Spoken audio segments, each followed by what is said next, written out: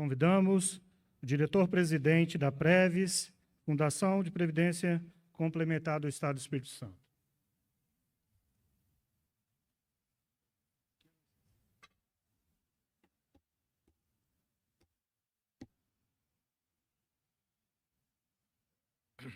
Você pode colocar a minha apresentação, por favor?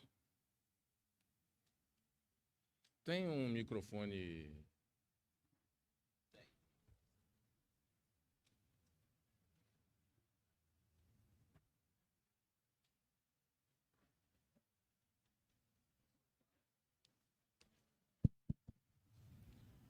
Bom dia a todos e a todas. Ih, estão tudo morto. Não tem sustentabilidade, né? Bom dia a todos e a todas. Aí melhorou substancialmente. Começa a ser mais sustentável, né? Vamos bater um papinho rápido aqui, até por causa do tempo, já avisando que esses slides que vão ser colocados vão estar à disposição de vocês, disponibilizados pela Bipem. Mas antes gostaria de agradecer o João Figueiredo e o João Figueiredo da Bipem e o Wilson da CIP pela oportunidade de estar aqui conversando com todos vocês. Dar um grande abraço no conselheiro Domingos, no Alex, né, e no Anderson. Vamos lá. Está certo. Eu sou da Preves, é a Fundação de Previdência Complementar do Estado do Espírito Santo. No Estado do Espírito Santo, a Previdência Complementar já está funcionando desde 2013. Daqui a pouquinho nós vamos mostrar alguns slides bem rápidos, falando um pouco sobre a Preves, né? E nós temos como missão exatamente ser essa ponte aí. Não é apenas uma figura bonita. O que eu quero dizer com isso? Nós temos como missão levar a Previdência Complementar a todos os cantos do Brasil, né? Nós temos como missão levar a Previdência Complementar aos servidores do Estado do Espírito Santo, aos servidores públicos municipais dos municípios capixabas, como de qualquer outro ente federativo brasileiro. Então, nosso bate-papo aí sobre o papel dos conselheiros na efetivação da sustentabilidade do sistema previdenciário. Vou falar um pouquinho tanto da parte de governança quanto da parte de previdência complementar. Nossos objetivos, não vou dar conta de falar todos, até por causa do tempo, mas uma coisa importante. Quando eu coloco aqui nosso objetivo e apresento esse farol, né, eu quero dizer o seguinte: eu acho que tanto o Alex, quanto o Domingos, né, quanto eu, não temos nenhuma pretensão de exaurir os debates sobre sustentabilidade. Nós estamos dando um norte, né? Nós estamos jogando uma luz, né? Mas vocês têm que fazer o dever de casa, buscando exatamente as informações, as suas responsabilidades, né? As necessidades e as responsabilidades que vocês têm como conselheiros, tanto de conselhos de administração como de conselhos fiscais ou dirigentes de regimes próprios de previdência complementar, ou regimes próprios de previdência social ou regime de previdência complementar daqui para frente. Outro ponto é que isso é uma estrada, né? Tem municípios aqui no Estado do Espírito Santo que já formularam leis, por exemplo, de previdência complementar, que já estão caminhando por essa estrada. Outros já têm leis de previdência complementar, já fizeram processos seletivos e já contrataram entidades fechadas de previdência complementar. Também estão trilhando nessa estrada. Então, quer dizer, a estrada é a mesma para todos vocês aqui dentro, né? Alguns estão mais à frente, outros estão um pouco atrás, mas todos vão chegar no mesmo, tem o mesmo objetivo, que é a sustentabilidade dos regimes. Essa figura também representa o seguinte: a informação que temos aqui vale tanto para pequenos municípios com RPPS pequenos, como para grandes municípios ou por grandes entes federativos com RPPS grandes. Tudo que a Alex falou e tudo que Domingos falou é indiferente ao tamanho. Então, vale para qualquer um. E outra coisa que não podemos fazer, passamos a ter cada dia mais responsabilidade pelas informações que estamos recebendo, pelo conhecimento que estamos acumulando. E como nossa vice-governadora falou ontem, a Jaqueline, conhecimento é uma coisa que não ocupa espaço, mas gera responsabilidade. Então não podemos fazer que nem um avestruz, uma ema, de enfiar a cabeça num buraco e ignorar os desafios da sustentabilidade do sistema previdenciário brasileiro. E aí, nesse caso, a gente está conversando sobre regime próprio e regime de previdência complementar. Regime de previdência. Aqui vocês já conhecem. Regime geral, regime próprio e regime de previdência complementar. Mas eu coloquei esse slide aí por um único motivo, exatamente para trazer para a gente a lembrança da emenda 103 e da responsabilidade que a emenda 103 traz com a implementação do regime... Aqui tem aquele... Não, aqui, ó. Com a implementação do regime de previdência complementar nos entes federativos brasileiros que possuem RPPS. E ontem o Leonardo Mota foi muito feliz em mostrar isso para a gente. Nós temos 2.152 municípios que possuem RPPS. Desses municípios que possuem RPPS, menos da metade já tem lei que implementou o regime de previdência complementar e menos ainda, né, são os municípios que já fizeram um convênio de adesão com entidade fechada ou aberta, no caso, atualmente, somente permitido para fechada de previdência complementar. E isso é importante, porque isso passa a ser uma responsabilidade de vocês, conselheiros, tanto do conselheiro de administração como do conselheiro fiscal, de cobrar o ente federativo de atender a norma constitucional, né? Ah, mas ela foi prorrogada a norma constitucional. Posso até estar muito enganado. A responsabilidade da norma constitucional não foi prorrogada, ela findou em 13 de novembro de 2021. O que houve uma prorrogação foi em relação à sanção punitiva em relação ao certificado de regularidade previdenciária, que quem já implementou a lei, né, tem até 31 de março, e quem ainda... E o convênio de adesão até 30 de junho, não é isso, Alex? Né? Então, isso é apenas em relação à sanção punitiva do certificado de regularidade previdenciária. Então, para aqueles municípios que ainda não implementaram regime de previdência complementar, não fizeram a sua lei e não fizeram o processo seletivo para contratação de entidade fechada de previdência complementar, cuidado, muito cuidado com o tempo. Eu falei isso há uns anos atrás, há uns 2 anos atrás, eu tive a oportunidade também de estar num congresso de conselheiros, né? Se não me engano foi Belém, né? E eu falei a mesma coisa, olha, 2 anos atrás, há 2 anos atrás, eu falei, ó, faltam 2 anos para que isso se concretize, o tempo voa, passa rápido, e agora vai passar mais rápido ainda. Até porque o ano que vem é um ano de eleição, vai passar politicamente muito rápido esse tempo. Então, não percam, né, não deixem de atuar nas suas responsabilidades como conselheiros, cobrando ao seu governador, ao seu prefeito, né, a formulação da lei da Previdência Complementar, como também a realização do processo seletivo. Ah, processo seletivo é para todo e qualquer RPPS? Não.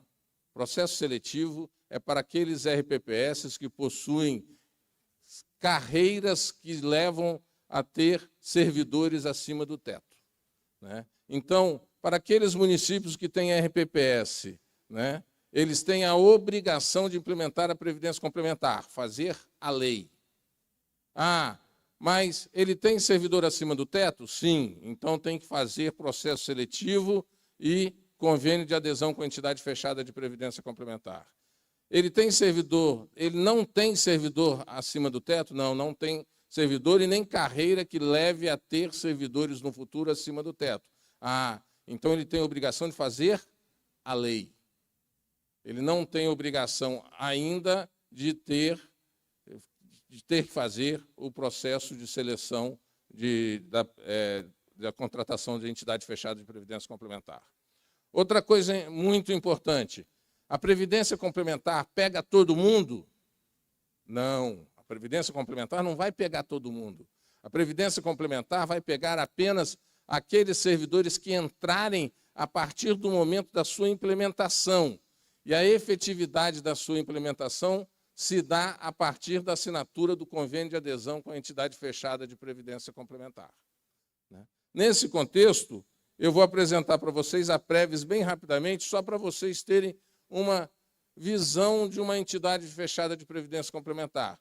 E aí vem uma nova pergunta. Todos os municípios, todos os estados, ou o Distrito Federal, ou a União, precisam ter uma entidade fechada de previdência complementar? Também não. Na hora de você fazer, você tem 3 formas de você implementar a previdência complementar. É constituir uma entidade fechada de previdência complementar que seja vinculada ao ente federativo. Opa, mas espera aí, isso é simplesmente constituir? Não, não é simplesmente constituir, não. Eu preciso atender pré-requisitos. E o pré-requisito para ter a minha própria entidade é que eu tenho que ter, no mínimo, 10 mil servidores acima do teto dentro do meu quadro funcional.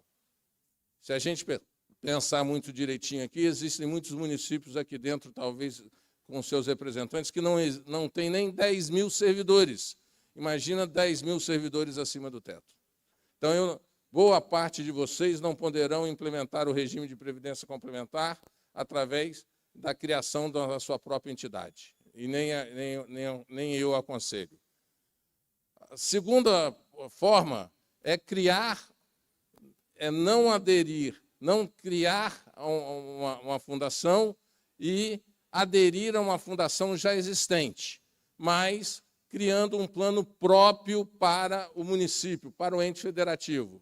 Opa, é só fazer isso? Também não. A previdência complementar, quando você vai aderir a uma outra entidade, você tem que fazer o processo seletivo para escolher qual entidade. E aí, a Tricom, junto com o Tribunal de Contas, junto com o Ministério do Trabalho e Previdência, já estipularam regras de como devem ser feitos esses processos seletivos. E aí, consegui fazer o processo seletivo e fazer a contratação da entidade fechada, eu posso construir um plano para mim, com a minha cara, com a cara dos meus servidores? Pode, se você tiver, no mínimo, 1000 servidores com remuneração acima do teto. Opa, tem muito município ainda que não tem nem 1000 servidores e muito menos 1000 servidores acima do teto. Quando eu falo teto, é do teto do regime geral. 6.433,57, alguma coisa assim. Então, qual é o método de implementação do regime de previdência complementar, para a grande maioria de vocês aqui? É fazer o processo seletivo, fazer o convênio de adesão com a entidade fechada de previdência complementar e aderir a um plano multipatrocinado. É um plano onde vão estar mais de um ente federativo vinculado a esse plano. Nesta situação, não tem pré-requisito nenhum. Então, já fica bem mais fácil de vocês fazerem esse processo. A Previs é uma entidade multipatrocinada, capaz de abraçar uma série de entes federativos. Aqui no Estado do Espírito Santo, aproximadamente 12 municípios já fizeram, se não me engano, o Wilson pode me confirmar, acho que todos os municípios capixabas já fizeram lei de previdência complementar. Você tem essa informação, Alex? e 12 municípios capixabas já fizeram um processo seletivo para contratação de entidade fechada de previdência complementar, né? Alguns deles, nós vencemos os processos seletivos, outros estão ainda em fase de julgamento. E a Previs é uma fundação pública de direito privado, né? É uma entidade fechada, ela foi criada em 2013 pela Lei 711, ela integra a administração pública estadual indireta, ela tem natureza pública, observa os princípios da administração pública. E uma coisa importante, nós somos especialistas em previdência complementar para servidores públicos, né? Ao contrário, por exemplo, do que acontece dentro do RPPS, que os planos são de benefício definido, conforme disposição constitucional, a previdência complementar para servidor público só pode ser plano de contribuição definida, que é um plano que não gera déficit atuarial, consequentemente não tem risco atuarial e não tem meta atuarial. Já que não tem meta, a gente pode ter qualquer retorno nesse plano? Não, né? É estipulado pelos conselhos deliberativos o que a gente chama de meta financeira, né? E essa meta financeira é o que a gente persegue, mas sem trazer para dentro do plano o risco atuarial. Aqui é importante, né? E passa a ser, a partir desse momento, uma responsabilidade de vocês, conselheiros, né? Aqui estão as vantagens que o regime de previdência complementar traz para o ente federativo. A primeira vantagem está lá, desvincular o valor da remuneração dos servidores em atividade dos proventos e aposentadorias do RPPS. Por quê? Passa a ter 2 regimes dentro do seu ente federativo. O regime próprio de previdência social para os servidores que entrarem a partir do momento que ele esteja devidamente implementado, com remuneração limitada ao teto do INSS, e o regime de previdência complementar para esses mesmos servidores. E aí o que traz, novamente, uma nova responsabilidade. Por quê? Pela educação financeira e previdenciária, porque a partir de então, né, desse momento de implantação, cada servidor passa a ser também responsável pela sua previdência no futuro. Porque o RPPS só vai pagar para esses novos servidores benefícios limitados ao teto do regime geral. Mas eu ganho mais. Eu ganho mais do que o teto do regime geral. O que eu tenho que fazer? Contribuir para a Previdência Complementar, e nessa contribuição da Previdência Complementar, como é uma contribuição de natureza personalíssima, quer dizer, cada um controla o seu próprio saldo, eu vou definir quanto que eu vou querer de complementação lá no meu futuro. E aí eu tenho que tomar um cuidado. Qual cuidado? Porque previdência complementar, como não tem base atuarial, não tem risco atuarial, ela também não tem vitaliciedade de pagamento. Então, se eu quiser receber uma complementação previdenciária maior, né, e durante um volume de tempo maior também, eu tenho que poupar mais e mais tempo. Então, passa a ser essa responsabilidade, passa a ser minha também, né? Então, eu, de certa forma, estou dividindo a responsabilidade com o ente federativo. O ente federativo vai ter a responsabilidade até o teto, e o que eu quiser acima do teto, a responsabilidade é minha de fazer essa poupança previdenciária de longo prazo. Um outro item está aqui, o item 2, né? Estabelece o teto do INSS para o RPPS, acabamos de falar sobre isso.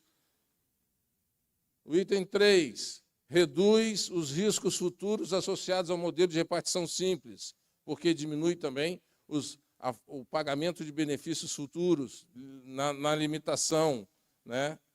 Passa o regime de previdência complementar, também passa, é um regime de capitalização, então ele diminui a obrigação do ente, né, e capitaliza o recurso do participante no longo prazo.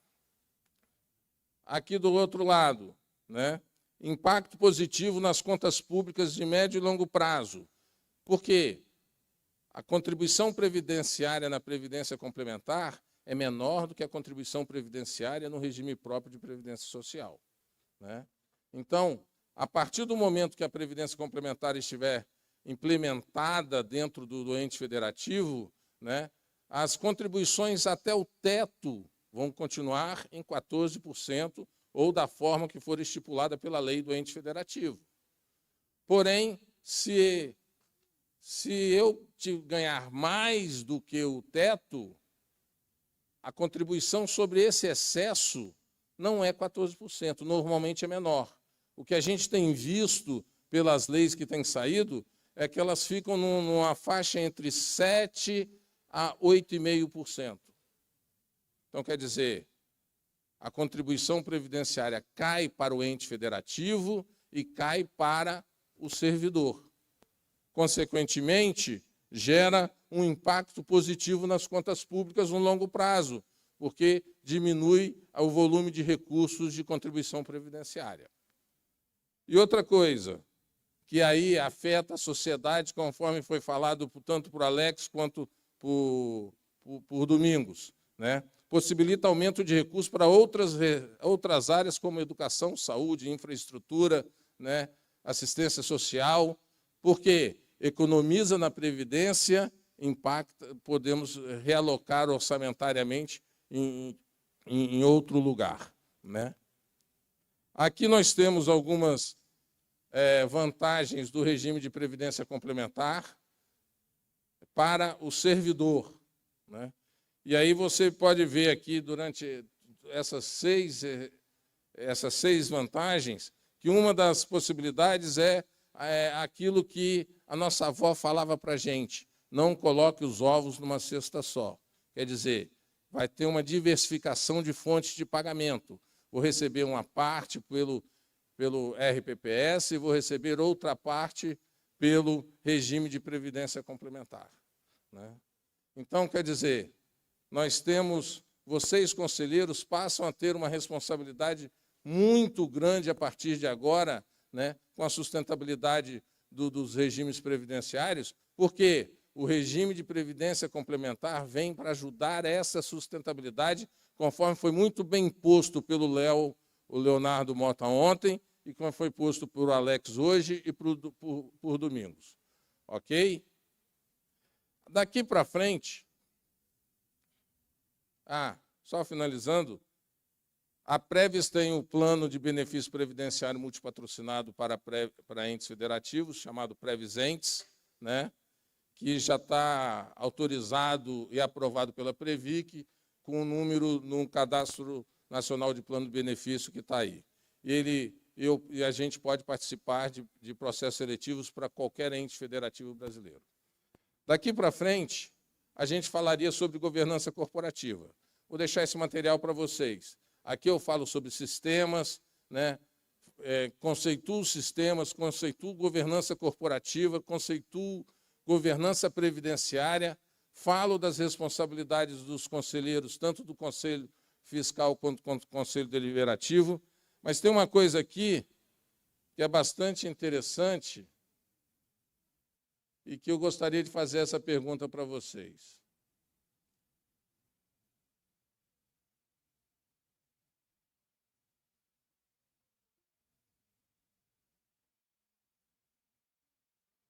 Quem são os principais agentes motivadores, executores ou fiscalizadores do processo de sustentabilidade de regimes previdenciários? Alguém pode me dizer? Alguém sabe?